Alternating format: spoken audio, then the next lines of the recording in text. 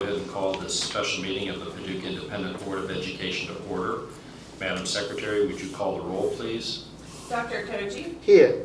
Ms. Hancock? Here. Dr. Hudson? Here. Dr. LeBoon? Here. Have we established a quorum? Yes. Is there a motion to approve today's agenda?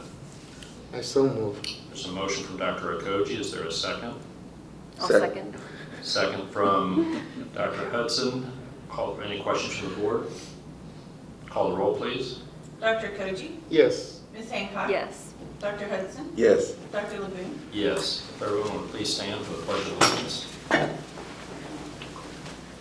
I pledge allegiance to the flag of the United States of America and to the republic for which it stands, one nation, under God, indivisible, with liberty and justice for all.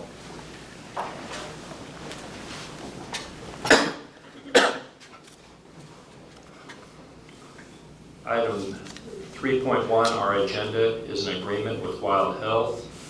The superintendent recommends that the Paducah Board of Education approve the following agreement with Wild Health and its subsidiaries C19 Labs, Laboratory Services Agreement, and Independent Contractor Agreement.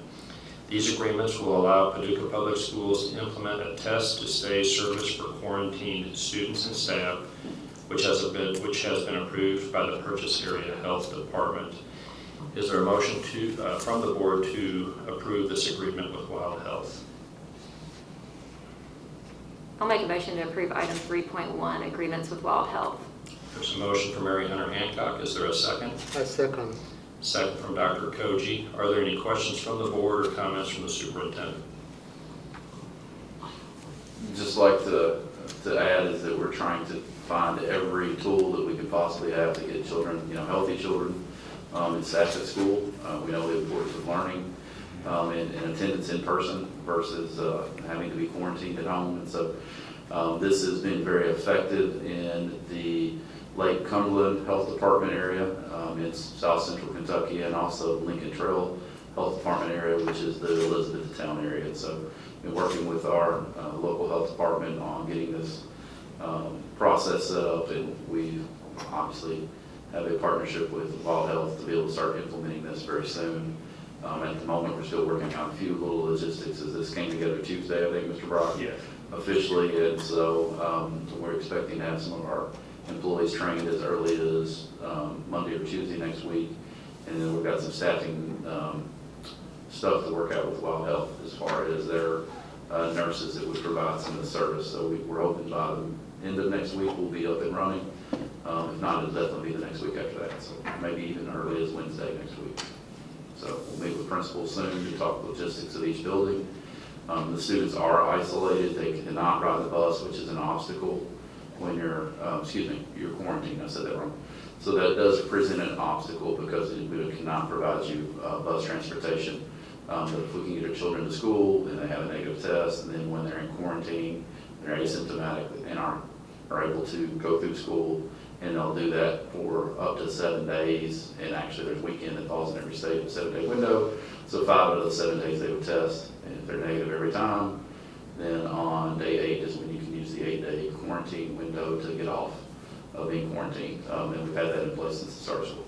I also think it's an effective tool for our employees to also use this to be quarantined. Other questions from the board? I'm not sure if you can answer this question, but when we look at our schools, do we have teachers out in every building with COVID or being quarantined? How many? I can get those numbers to you very specific as of yesterday, later on today. When I looked at them officially Tuesday and counted, we didn't have any quarantines for our employees, but we had some isolations from being positive with COVID. And so it seems like we've got one at almost every building. It wasn't an abnormal large amount for our employees, and then we're ending up with a lot of quarantines for extracurricular activities in our high school and middle school. And so currently I think we've got both our high school and middle school football teams on quarantine, and I believe today we started working at least on JV volleyball at the high school is what got to me. And so there's those numbers when you start looking at teams of players get large. you're looking in a 6-foot area on a bus.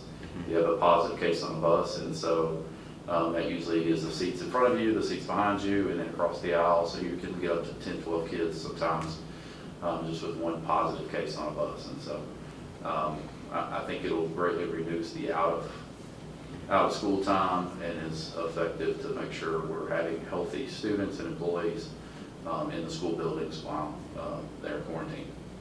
Dr. Hudson, one of the positives I would add to that is in fact, in the early winter, when we were finally able to provide vaccines for our staff, I think we had about 75% participation of all of our staff, somewhere between 50 and 75%, if I remember correctly. So that's been very helpful too, is that they don't have to quarantine and expose. What are our numbers now as far as our county in terms of We're 52.41, I believe, percent. I just looked at it. I got it from the health department Tuesday as I was thinking through this. We're right around 53% for 65,000 population or so from McCracken County off the state website. And then I think there's obviously when you become, you contract the virus, there is some immunity. There's a 90-day window that after you've contracted the virus, you have considered vaccination status. And so when you start looking at the antibodies, I think we're somewhere 60-65% of our community or county has either been vaccinated or has at least had COVID based on the state numbers. Dr. Hudson, when you were asking about numbers, were you wondering about vaccination rate or just overall? that as far as this Delta variant, are the numbers still going up or where? I can speak of that a little bit just from hospital experience. I'm sort of assuming that most of what we're seeing is the Delta variant just across the state and across our region and across the country. As of this week, we still had in the range of 70 to 80 patients hospitalized with COVID at Baptist and at Lourdes, both. Somewhere, in the range of 15 to 20 patients with COVID in intensive care units, and somewhere around half of those numbers on ventilatory support, maybe even a little bit more. And just as a clinician, I've made this point at other board meetings and things like that, that most of the patients we're seeing, relatively speaking, are younger than they were with the first wave that we experienced last year. So last year when people were in their 60s, 70s, and 80s, a lot of our patients are some in their 30s, 40s, 50s. We still have elderly patients too in the hospital. The majority of the hospitalized patients, and these numbers have been pretty consistent the last 3 to 4 weeks, somewhere in the range of 80% are unvaccinated. And the majority of the patients in the intensive care unit are unvaccinated. The majority of people who are on ventilators are unvaccinated. So again, just a push for us to continue to push for vaccination, because even if it doesn't protect from disease itself, it does protect against, it does protect against disease. So it does protect you from getting it. Some people will get breakthrough infections despite vaccination, but it offers a lot of protection against the more severe ramifications of the disease. So I see this as a useful tool to help us keep kids in school. I see it as a very useful tool to help faculty stay in school who have been quarantined. But I don't think we should lose sight of the other strategies that we have to try and help mitigate the problems, and that's vaccination, social distancing when and where we can do it, and masking of students and faculty to help decrease risk of spread. None of these things are perfect, but each one of them added together, I think, maximizes protection for students, for families, for our community, and hopefully will help us strive toward getting past this over the coming weeks to months. But the death rate has decreased, right? Excuse me? The rate of death has decreased. The rate of Death. of death. Yeah. When we're always talking about this, it's always hard to know exactly if we're talking about the same thing. I think for those who have been vaccinated, they have a lot of protection. But we're still seeing people who are succumbing to this illness. So I can't tell you the exact rate of death relative to now. Back then, I think most people feel the Delta variant's a little more infectious and a little harder for people to handle than the original strain. I don't think those numbers are going up per se in terms of a rate, but just with our infections being higher, we're still seeing a lot of very sick people in the hospital. I don't know if that answers your question. Yes. That it's a little hard to talk. We're always talking about little slightly different things here. I think we're talking about rates. Let me add Dr. Hudson on, because I just got this at 10:06. Every week, we get the weekly count of positive cases in the community, also along with the number of tests at both hospitals, and then to create a positive test at each hospital to create a positivity rate. So the health department just shared with me, like I said, at 10 o'clock, that we have active cases at residents in McCracken County, 687 as of 5 o'clock last night. And then as of McCracken County residents that are hospitalized is 29, so that's right at 716 people that reside in McCracken County. There's a lot. There's 71 or so between the first region, health department, Ballard, Callaway, Carlisle, as you roll down that list, et cetera, that are currently hospitalized. But that number has actually dropped from where we were last week at this time. So the number of active cases has went down. It's flatlined last week from the week before. I think it was like plus or minus 1, and now it's starting to see a little bit of drop. Hopefully we see significant drop going forward. And again, just to, when he's saying that 29 or 30 from McCracken County are hospitalized, people might look at that and say, well, Baptist and Lourdes are in McCracken County, and Dr. LeBoon just said 70 to 80 patients hospitalized. A lot of our patients in the hospitals may not be from McCracken County. They may be from surrounding counties, Ballard, Marshall, 16 Livingston, from Grace, things like etc. that. That's why I was trying to make sure that didn't sound like it's contradictory. So yeah, I can't give you the exact numbers, but that's just, I can tell you between 70 and 80 was the case, at least earlier in the week. And over the weekend was quite busy in both hospitals too. So, did you have another question, Dr. No. Dr. LeBoon, you care if I explain a little bit too about the test to stay? No, that'd be, yeah, Okay, please just do. for the board's information as well as the public to understand what the test to stay protocol basically is looking at. The strategy is, of course, keeping the health department informed of those test results that are taking place, and we are looking only at exposures in school. So if a student has been identified as being exposed in school, then they would then be able to qualify for the test to stay program. In spite of that, they still have to implement masking protocol while they're at school, social distancing and so forth. And we would also ask that the parents quarantine their student while they're not at school. So that is another restriction, is even though you might be otherwise right now they're quarantined at home, this is kind of like saying, well, we're going to permit you to stay in the school setting, but when you go home, you still have to quarantine at home during this time that you're receiving the testing each day. Students will receive tests each day until they are finally released with a negative on day 7. And it is voluntary. That is something that's like that we're not requiring anybody who is quarantined to participate in this program. But if they refuse to participate and they have been quarantined, they do have to follow the quarantine guidelines and return after the 10-day quarantine. So basically, that's an option if you want to come off quarantine and get back in school. That's Absolutely. good. Absolutely. Other questions from the board? Hearing none, call the roll, please. Dr. Koji? Yes. Ms. Hancock? Yes. Dr. Hudson? Yes. Dr. LeBoon? Yes. Item 4.0, discussion. Is there any items that the board or superintendent would like to discuss under item 4.0? This has changed since we put the agenda out yesterday, and I'm going to say that with a smile. I think we anticipate the special call legislative session in Frankfurt to be ending today. Some legislation passed, and just wanted to, that will impact, I think it makes it a local decision, at least where it's trending. It will be a local decision to decide to mask what quarantines look like along these healthy school guidelines we've been following.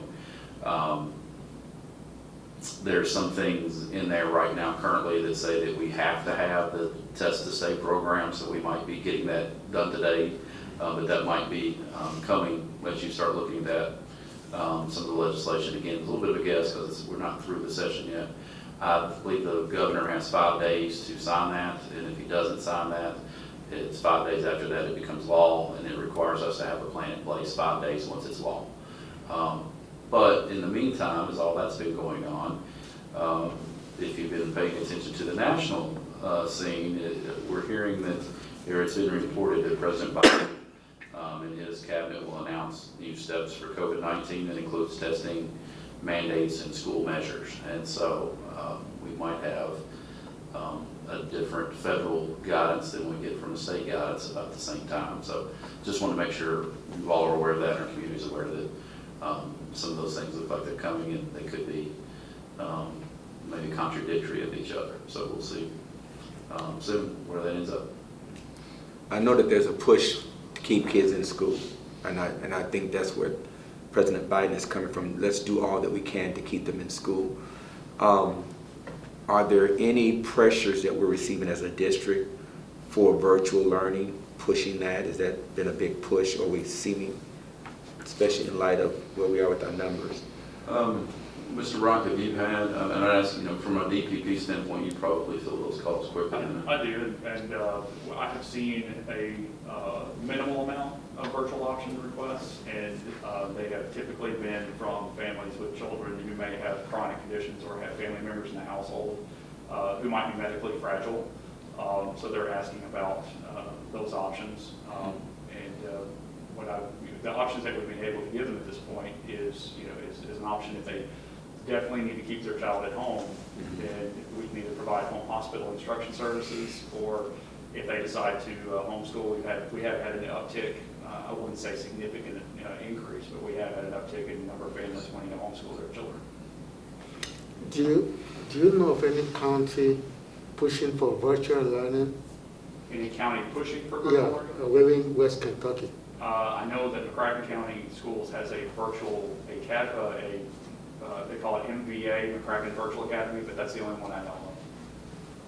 There may be other districts in the region, I'm not sure. And right now, we're only allowed 10 non-traditional instructional days for this school year, which would be kind of a shutdown, looking like everybody's virtual that you saw last year. Even hybridization would have to fall somewhere within at least what we're hearing out of Frankfurt is there could be additional 20 days that wouldn't be NTI, but they could be used for a very specific school closure. So maybe 4 of our 5 schools are in session, but we had to close one based on numbers of positive tests or staff. So that some of that, as far as what we saw in the past last year, where we had unlimited NTI options, they're actually just not a tool that they're at our fingertips right now.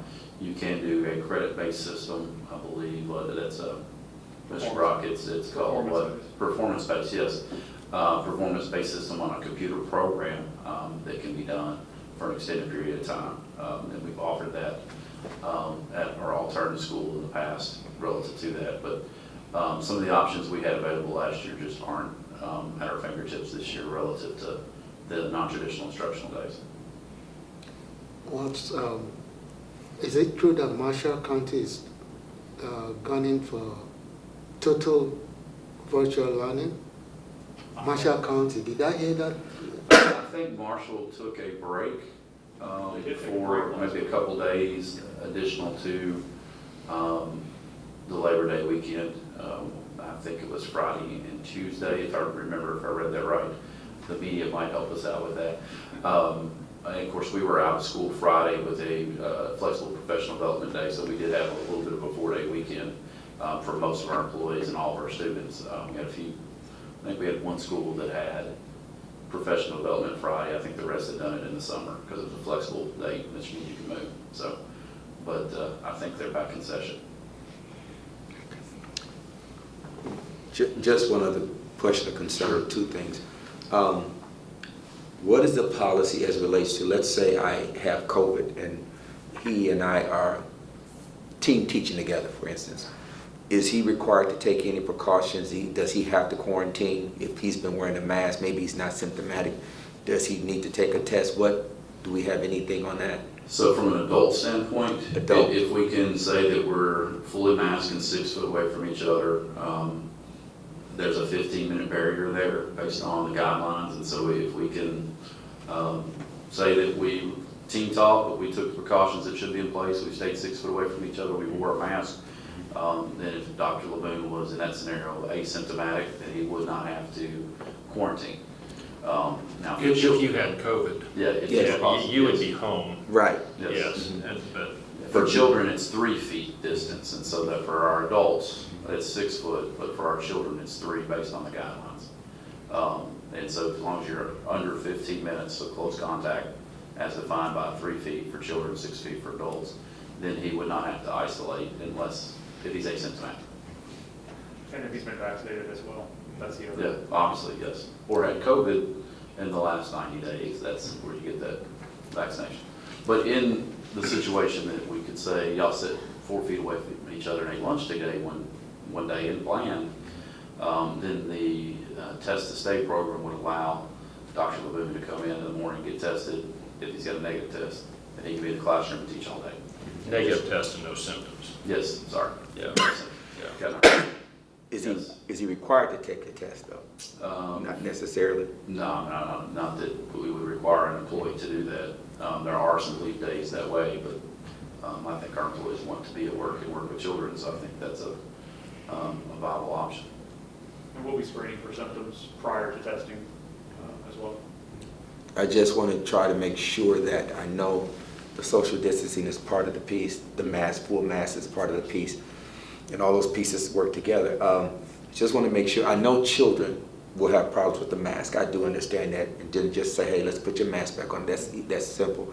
But I want to make sure that all teachers and all leaders in schools are adhering visibly to the policy.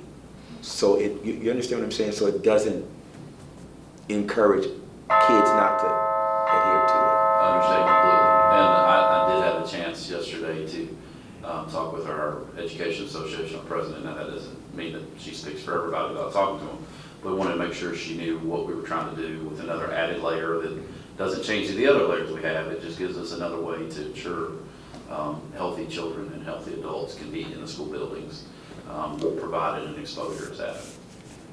I think it's important too that out of this, hopefully rates are leveling a little bit, maybe even improving a little bit. Can't tell for sure, but we're gonna have to remain flexible because we don't know for sure what numbers are gonna do and things like that. And some of these strategies will be helpful, but there's gonna be ramp up with them, and there's times things might get a little overloaded. I mean, we're just gonna have to take it one day at a time, 1 week at a time as we navigate through this. But vaccination, masking, social distancing, being upfront with your symptoms, all that kind of stuff, adding the test to stay strategy. I mean, hopefully all these things are going to work together to help us keep kids in schools and learning. So, It's going to be interesting these next few days with government. It will be interesting to see how this flushes out. Absolutely, and so I wasn't expecting the federal stuff to come, and so I was wanting to say, hey, at some point we're going to have some local decisions to be made and communicated out, but that federal government might have different expectations, and so that, like you said, it's going to be interesting to watch. any other questions or comments from the board under discussion? If not, is there a motion for adjournment? I so move. There's a motion from Dr. Okoji. Is there a second? Second. Second from Dr. Hudson. Call the roll, please. Dr. Okoji? Yes. Ms. Hancock? Yes. Dr. Hudson? Yes. Dr. Levin? Yes. Thank you for coming, everybody.